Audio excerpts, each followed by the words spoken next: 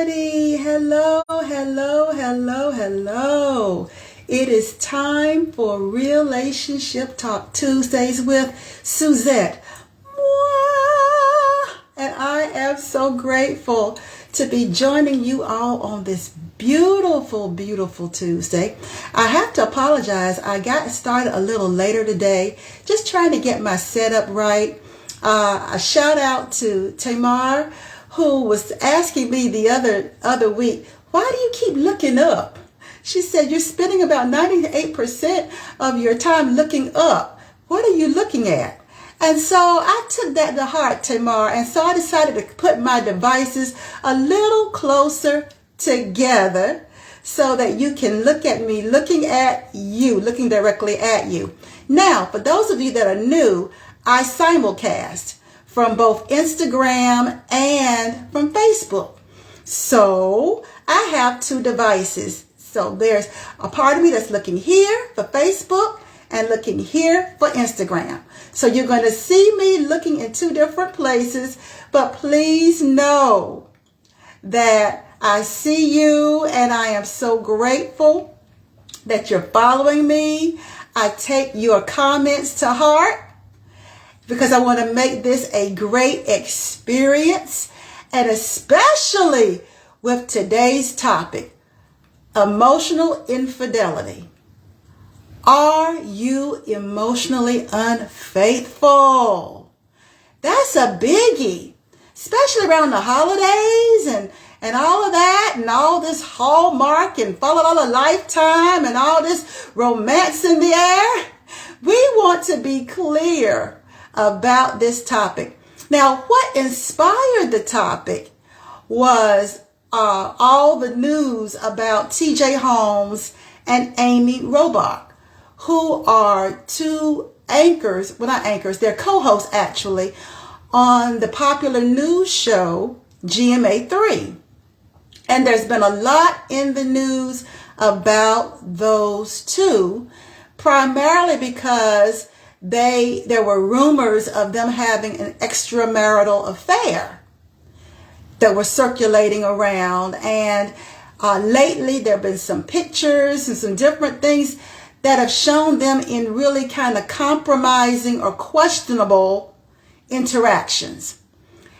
And so I didn't watch it today, so I don't know if they co-hosted today. But last thing I had heard, they were on something of a hiatus while this is being looked at more fully. Now, I am not a gossip column. Hi, thank you all for joining. I'm seeing you popping up. I am not gossipy. That's not how I roll. I am not here for the shock value. That is not why I'm here. Hi, Venice. Always glad to see you. Hi, Wanda. Thank you for joining. So this is not going to be me trying to be any kind of a gossip kind of thing. So if that's what you're looking for, this is not it. But it does raise a very important question about emotional proximity. And if emotional proximity, thanks for asking, Venice. I am doing fine. I hope you're doing well too. Y'all, I gotta say this. Every time Venice comes on, she always asks me how I'm doing. And that is such a beautiful thing.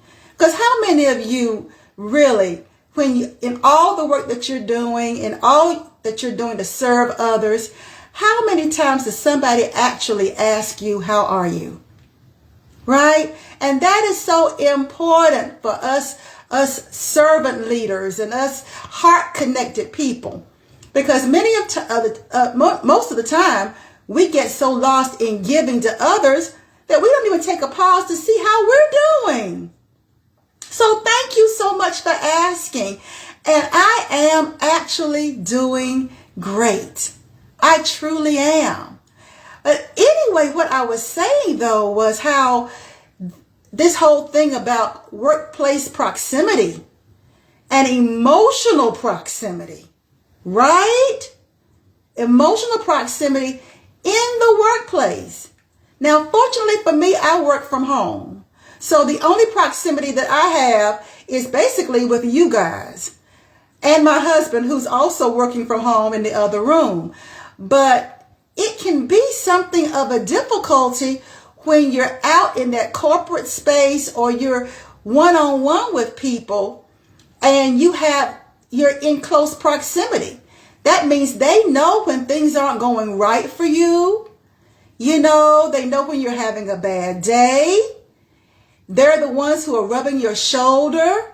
They're the ones that you're talking to. And it can truly foster an emotional connection. And if you're not really mindful of it, you can find yourself in an emotionally compromised situation with the opposite sex. You truly can. And so I really, with this whole thing going on with TJ Holmes and Amy Robach, it caused me to take a step back and look at emotional infidelity and emotional unfaithfulness in the workplace, in ministry. That's another place. And even for those of you who are going to therapy, it is not uncommon for the patient to fall in love with her psychiatrist.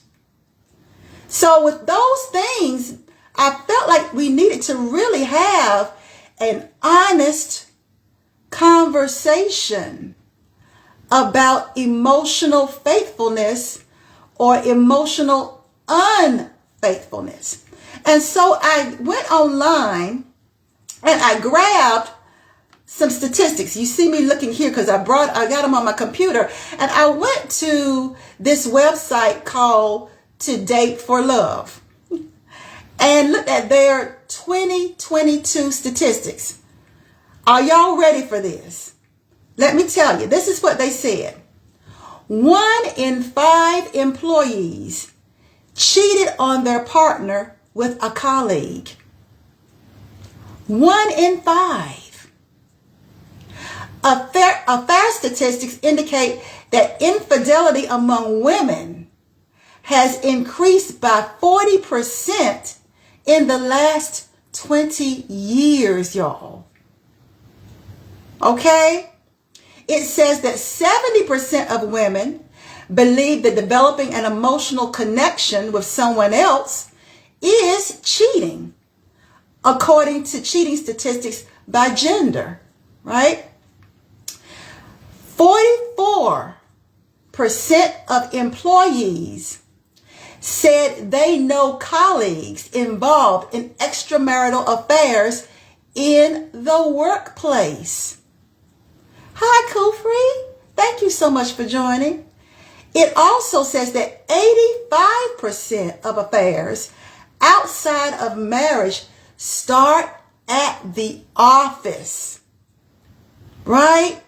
So, and emotional affairs, it is also documented, are the most common type of infidelity at work. Emotional affairs. So let's look at what constitutes an emotional affair or emotional infidelity, as author Gary Newman said in his book, Emotional Infidelity. What is being emotionally unfaithful? Well, I also looked up the definition and I kind of tweaked it a little bit because to me it needed a little bit more context, a little bit more nuance to it. And so when I looked up the definition for emotional infidelity, it says having non-sexual emotional intimacy, right? And as a matter of fact, that non-sexual emotional intimacy is with someone who is not the individual's romantic partner. Now that was the definition. Now I added a little bit more to it because I felt like we needed to bring that V word into it, right? And I'm not talking about anatomy. I'm talking about vulnerability. Because your level of vulnerability, I think, is very, very key when we talk about non-sexual emotional intimacy. Because there are a lot of people that you have a certain degree of intimacy or a certain degree of bondedness with, but that vulnerability piece, I think that is a significant part of the definition.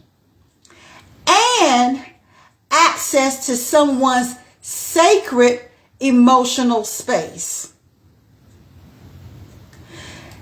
When you cross the line into someone's sacred emotional space, then you're treading on thin ice. And I'm sure there's some people that would say that they have friends of the opposite sex and they don't feel like there is even the possibility, even remotely, of emotional infidelity. But Arthur Gary Newman begs to differ. He feels like you should not even have deep friendships with people of the opposite sex when you are in a committed relationship. Now, I know there are some of you that be like, no. Or some of you who are Star Wars fans like me might say, you know what? The dark side deals in absolutes. That is the dark side. Yoda says the dark side deals in absolutes.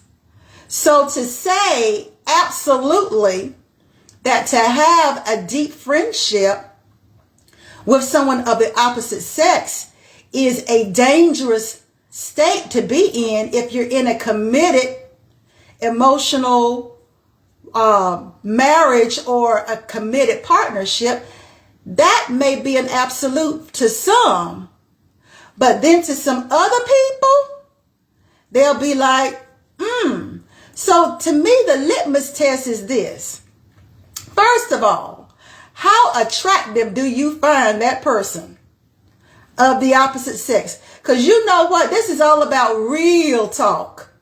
Relationship Talk Tuesdays with Suzette. And let me interject, because I said I didn't deal in salaciousness. There may be somebody who's new up here that do not know who I am. You just stumbled across this because you're like, oh, what you're going to talk about, that caught my eye.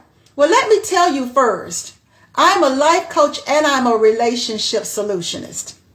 And so I deal in this stuff. This is my passion. This is what I do. This is my calling. It is not just because this was a sexy thing to do. This is my calling.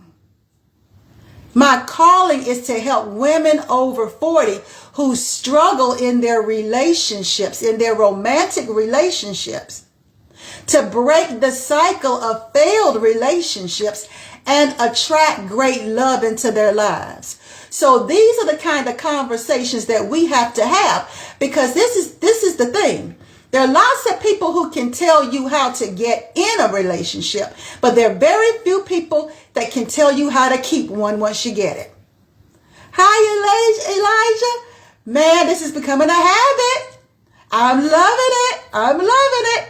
And so I feel like there need to be more people out there that aren't just telling you how to get a Friday night date or tell you how you can get the label of exclusive, right? Dating exclusively, being somebody's boo, being somebody's woman, and tell you how to keep the love that you find.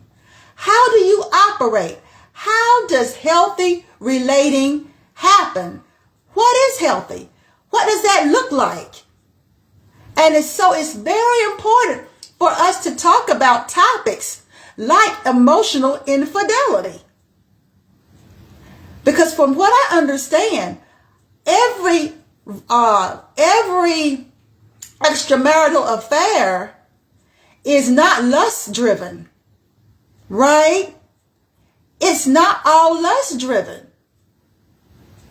There are situations where people slip into, fall into situationships, friends with benefits. Isn't that kind of how it gets started? It starts emotionally, right? So let's talk about it. So there are the statistics that support what I'm saying. So having said that, I have a question for you. Do you feel like there is a lack of emotional discipline?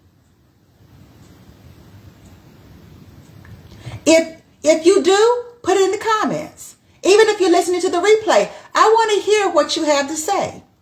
Do you feel like as a society, because of how we've been taught about falling in love, do you feel like because of how we've been taught, how it's been modeled, what's been perpetuated on television and romantic comedies and dramedies and all of the like, do you think that we've gotten a heaping helping of falling into things rather than doing what we need to do to develop emotional discipline,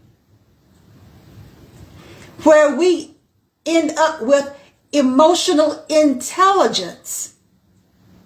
And I don't just mean about how things happen or what happened in our past relationships that failed, but being emotionally intelligent about ourselves. If you fall into things, that means somehow or another the rug got ripped from underneath you. Something caught you off guard. And to me, that says there are areas and aspects of who you are and how you're made that you don't know. So again, I ask the question, do you feel like as a society, and even us women who are over 40, who struggle in our relationships, do you feel like it's because of, one, we don't know who we are? We've spent so much time getting our degrees and chasing our dreams that we have not become emotionally intelligent about ourselves. And two, we don't have emotional discipline. We don't have emotional boundaries. We don't know what we're susceptible to when we're vulnerable or how vulnerable we really are. That's why often my husband and I check in with each other. And I ask him, I said, baby, I know it seems like we're doing all right, but are we really okay? Hi, Audrey. Thank you so much for tuning in. Are we really okay? How are things going? And are we emotionally mature enough and have enough friendship in our relating with the people that we're committed to, that we don't freak out when they tell us the truth? When they tell us, hey, you know, I'm starting to feel like I can talk more and share more with people on my job than I can share with you. Are we okay? Can we handle the truth? Can we say, babe, I need some more time? Because I'll be honest with you, I love you, but I'm kind of dealing with menopause. I'm dealing with wrinkles and sags, and I'm getting to look at myself in the mirror, and I don't feel as cute as I used to feel. I don't feel as sexy as I used to feel. And then I walk into the workplace, and there's this 30-year-old guy from the mailroom that gives me compliments every day. But when I walk by you, you've gotten so used to me that you don't even look up. You don't even notice anymore. Can we have the real conversations here? Can we do it? Because I believe a key to us remaining emotionally faithful is to remain emotionally plugged in. We cannot get so caught up in chasing our dreams, in chasing our goals, in eyeing and vying for the C-suite, in becoming a millionaire, that we spend more and more time with our partners from a business standpoint, but we are not putting in the time and the attention and staying aware emotionally, staying accessible to each other emotionally. Now, I don't know if that's what happened with TJ Holmes or with Amy Robach. I don't know. But I do know that we are all human beings and we all have needs. And we cannot afford to pray and ask God to please send us a good man. Please send us a good woman. He does it.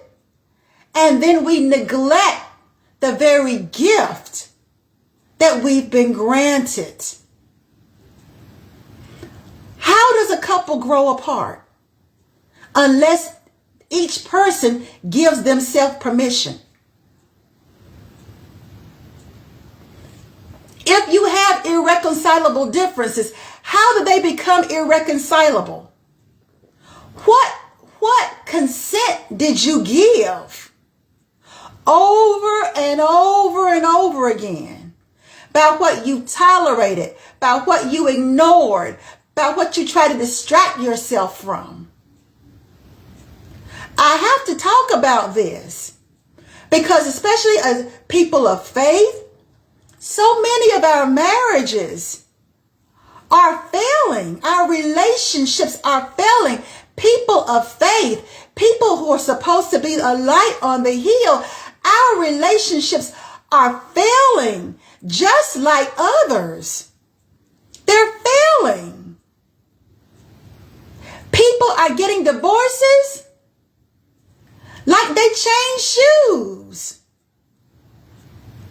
And even though the population I deal with the most are single women who struggle and they want a loving partnership, they want true love. But why go to all the trouble to want it and then not know how to protect it when you get it? Like somebody said, for many of us, we spend more time planning the wedding than planning the marriage. And I say to the single ladies who are listening to me, preparation is necessary. This falling in love stuff is not working for us. That's why we're working on our first, second, third marriage, third relationship. That's why we're dealing with all of this relational trauma. Because we're thinking, oh, if we get a new man, if he's a good man, if she's a good woman, that's the answer. But no, we have to prepare. How many of you know I'm talking good? If so, send me some thumbs up. If you know I'm talking good, share this with somebody. We have to prepare. We have to stay plugged in. Many of us, if the truth be told and somebody were to ask us, what does healthy look like in a relationship? Could you tell them? Could you tell them to do more than pray? There are people who've been praying who are getting divorces. Come on. We've got to share a little bit more than that. People want to know. Relational trauma is real. There are women out here over 40 who are suffering with PTSD symptoms from a failed relationship. And we want to act like it ain't nothing. We want to act like that we are immune to it because we're not looking for it. But somebody is on a dating site at 12 midnight every night. When they get through, they are surfing the web. There are conversations, side conversations going on in Instagram, in Facebook, where people are cozying up to each other. Come on, we got to tell the truth here. Some of the very people that are saying they don't need a man are staying up till 1 and 2 and 3 o'clock in the morning having these little footsie conversations on social media. So we got to stop this denial and this BS stuff. That's why I'm here. There are too many people who are feeding us BS and our relationships are suffering. Somebody needs to tell the truth and have the real deal conversations. Because as much as you think you're okay, after a failed relationship, there's a whole lot of emotional heavy lifting that you have to do to get your mojo back. And there are a lot of people that look like their mojo is intact, but as soon as a man says, boo, they out. They can't, oh my God. He looked at me. Oh my God. Can't even go out on a date without being afraid. So afraid they got to get together with their girlfriends and try to figure out a man's motives prematurely because they're so afraid of getting hurt. They're so afraid of wasting their time. Y'all, those are symptoms that we are not okay. We're taking up the tab for it, and we're setting up our children to take up the tab for what we don't confront. You cannot outrun it. I don't care how popular you are.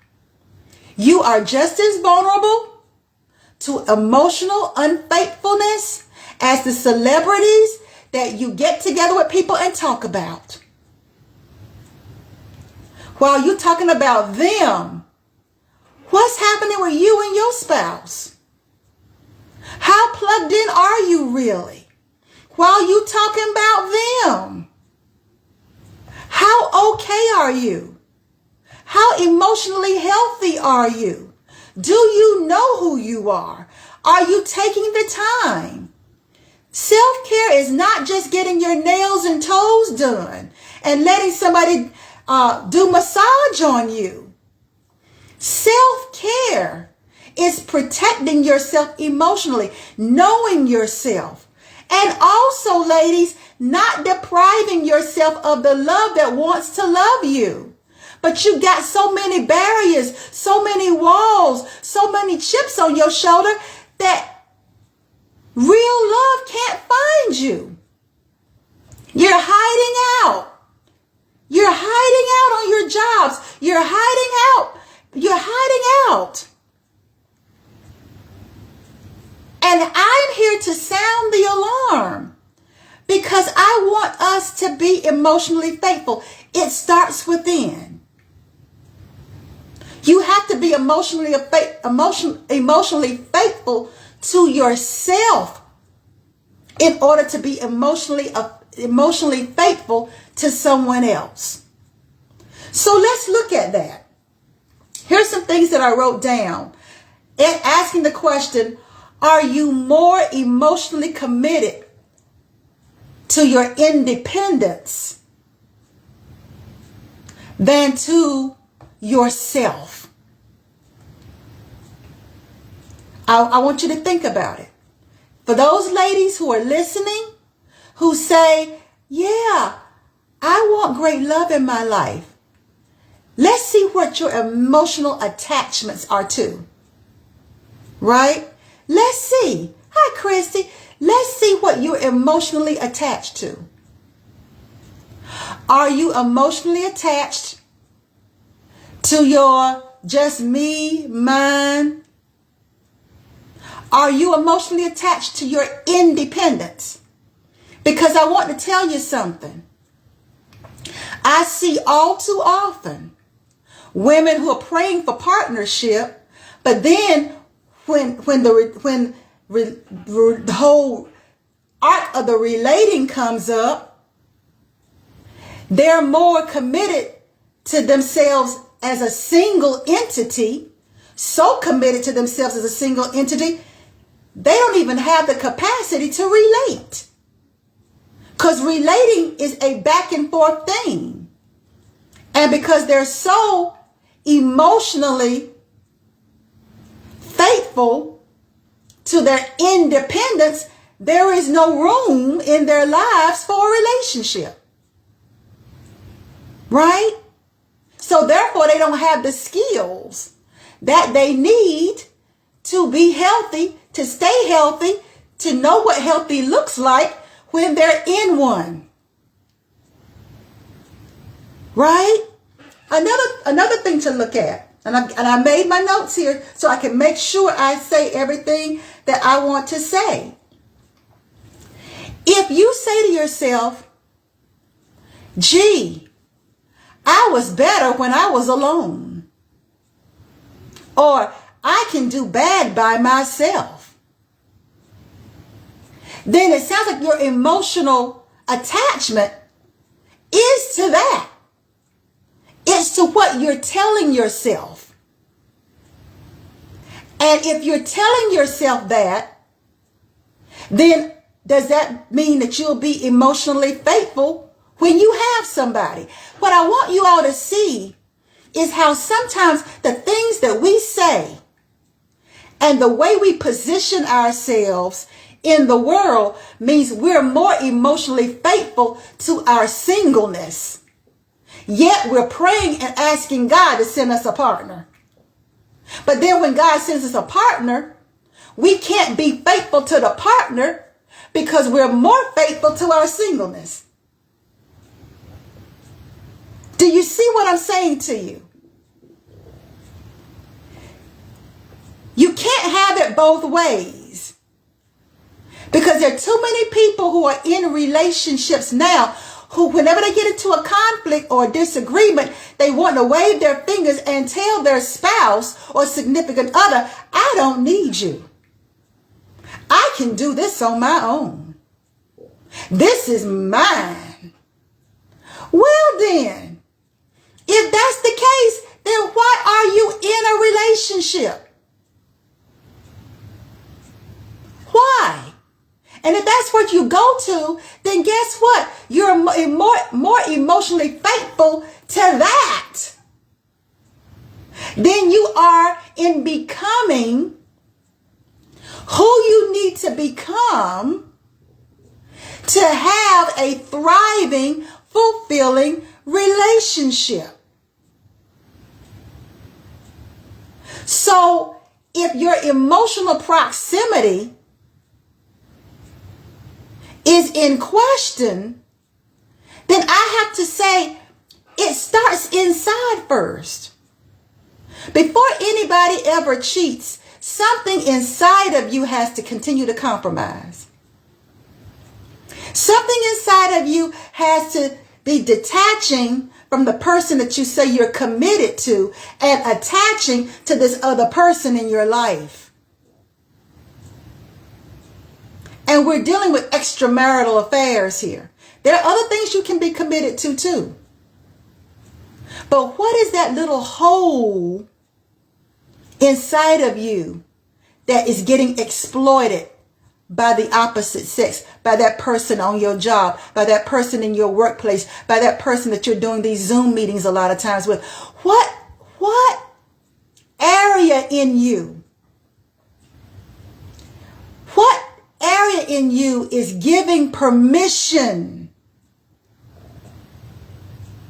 because you're neglecting what you made a commitment to and allowing a space of you to open to the person who's in proximity? Guess what? if you're allowing that space to open, you can allow that space to close. But you have to ask yourself, if you're not, then what part of you, what's the payoff? What part of your self-esteem is getting a payoff from allowing someone else to exploit you emotionally to the point that you are not true to your commitment? What part of you is willing to give you a pass on having integrity? What part of it? So I say this not to make you feel bad, but because we have to have real talk. Real talk. The only way is for you to become emotionally healthy. And while I definitely understand the desire in a committed relationship to want your partner to be on the same page as you, to want to be at the same level of commitment as you, I understand that. But at the same time, you have to decide, regardless of what the other person in this union decides, what is my commitment to my own integrity? Why, if I really love myself, would I want to put myself in a position to have to sneak around with somebody? Why, if I love myself, do I want to have to keep this thing quiet? If I really love myself. And I say this also to the women out there who are single, who are having affairs with people who are married. It's a self-esteem issue, ladies. You might get mad at me, but I've been that woman before. And I'm going to tell you, there was something broken in my self-esteem that made me feel like I could not have a man of my own. So therefore, I can only have a man that belongs to somebody else. Something's broken in our self-esteem. And I'm sorry, I don't care how mad you are at the person that did what they did to you. That has nothing to do with your integrity with yourself. Because when you have integrity with yourself, there are certain lines you are not going to cross, regardless of what other people do. It's like, you cannot make me mad enough to do this to myself. Maybe you did it because you didn't know who I was. Maybe you did it because you didn't know my value. Maybe you did it. But you're not hurting anybody but yourself if you turn around as payback to him and hurt yourself. Then something is wrong.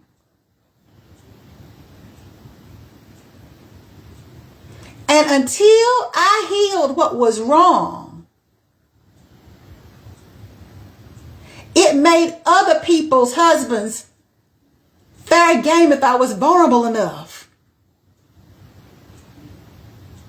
And sometimes it's not that you set out for it, but energy recognizes energy. The reason why you get approached by certain people is because energy recognizes energy. And the only way, since energy is neither lost nor destroyed, then we have to bend that energy to our will. How do we bend it? We become more healthy. We become more self-aware. We put just as much energy, make just as much of an investment in our own personal and relational development as we do learning how to make partner, learning how to advance, learning how to get promoted. Just as much energy in our self-development as we do in our career development. Just as much energy. Know thyself. And many of us know our ego, but we don't know the heart that beats underneath. Know your vulnerability. Know it. Heal from it. See, that's why my relationship coaching is very different. I coach from the inside out because I know that the same insecurities that you have now, even when you get a good man or a good woman, they will raise their heads like you wouldn't believe when you're in a close, intimate relationship. What you have not dealt with does not get resolved just because you find a good man. I learned finding a good man brought my insecurities out even worse because I did not know how to operate. All I knew was how to get over a bad relationship. I didn't know how to be in a good one. All I knew how to do was recognize, oh, this is bad. Oh, this is not meeting my needs. Oh, let me figure out a way to get out of this. Oh, or either sometimes life yanked me out of it. That's all I knew. And you bring into your new relationship what you know. It does not automatically change. So for those of you who really do want a good relationship, if you're single and you're listening to me, and you really want a great relationship, you want some longevity, you want it, then my advice is you've got to become emotionally faithful to yourself first. If you are ignoring yourself, you're going to attract somebody else who will ignore you too. If you can give yourself a reason why to avoid your own pain and avoid healing, then you're going to attract somebody that's going to look at you like you got four heads. When you start saying, what you said bothered me, they're going to look at you like, toughen up, girl. And you're going to be like, well, maybe they're right. Because you haven't done the work. You don't have the inner fortitude and the inner knowledge to know, wait a minute, no, I am being courageously vulnerable here. I am standing in my light. I am being who I truly am. And no, I don't need to be fixed. But that happens inside of you. Nobody can give that to you. I can lead you to that place. That's what I do with my clients. I help them to deep dive into themselves to the place where there is no lie. That's how you can stand on truth. When you get to the place inside of you where there is no lie. And I've learned through my own life and because I'm called to do this, to help people go there. It's an occupational hazard. I don't do surface. It doesn't last. Surface does not last. And I want your relationships to last. And if you're married listening to me, hey, some of you have been married longer than me. That's fine. I can only share with you what I've experienced and what I know. But having been divorced twice and subsequent failed relationships with attracting unavailable men, emotionally unavailable men, one of the first lessons I had to learn was to become emotionally available for myself. Because you can't give what you don't have. You can't offer what you don't have. I could not be emotionally available for my husband if I couldn't be emotionally available for myself. And I can't receive him being emotionally available for me if I'm not for myself. Because then I'll be trying to push him. Oh, you're getting too close. You're getting too close. I don't talk about that. I don't want to go there. People that say that are not emotionally available for themselves. That's why they can't let you in. They can't let you in because they haven't gone there. They're trying their best to avoid it. And so when that's the case, you're setting yourself up. And that's one of the reasons why I wanted to really talk about this. So that we don't keep right on perpetuating things that we're going to talk about around the water cooler. So we don't have to keep having these I don't understand conversations with our girlfriends. So we're not banging our heads against the wall.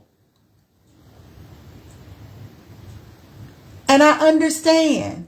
Some of you have tried. Y'all have gone to therapy. You've talked to your pastor. You've done these things. But let me tell you what I learned. Let me tell you what I learned.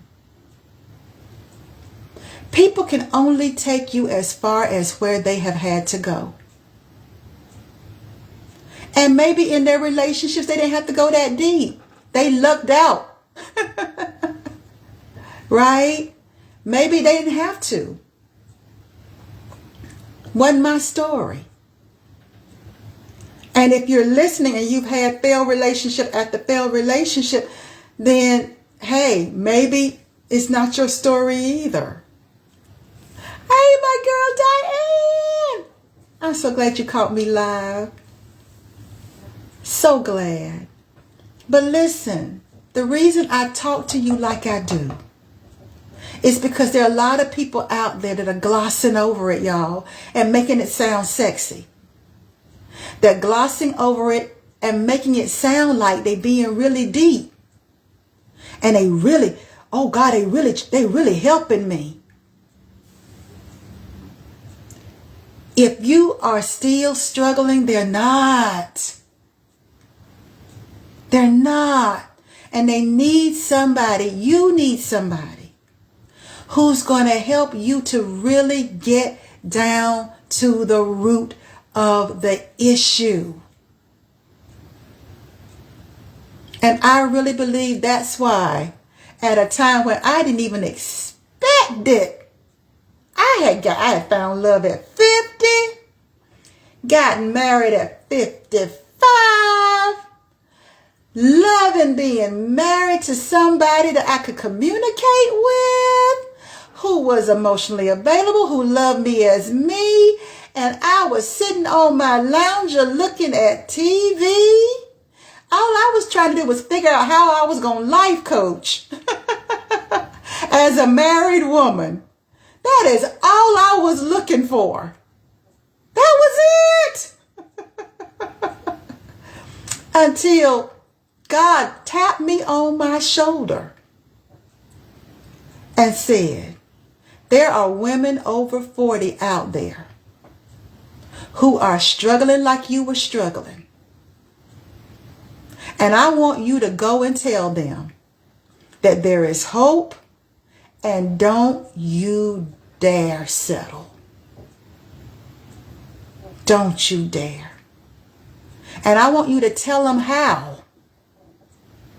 The reason I brought you through what I brought you through, the way I brought you through it, was so that you, like Harriet Tubman, can lead them out. You can lead them out. Somebody needs it. Somebody needs that. And I am deputizing you to be that one, because I know you're going to tell them the truth. I know you're not going to hide behind religion. You're not going to hide behind being politically correct. You don't have any sacred cows to save. You are going to tell them like it really, really is.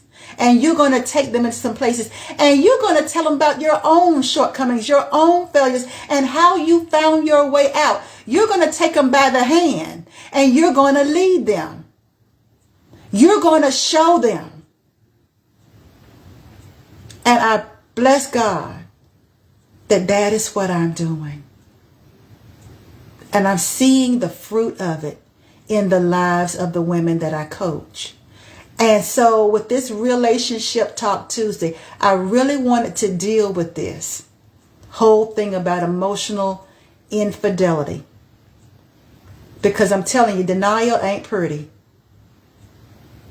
And I don't want you to fall for the okie doke.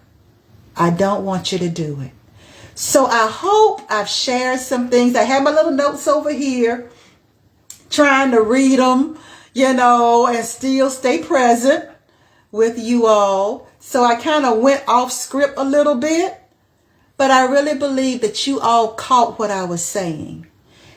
To recap, just to make sure, the takeaway is this: know thyself.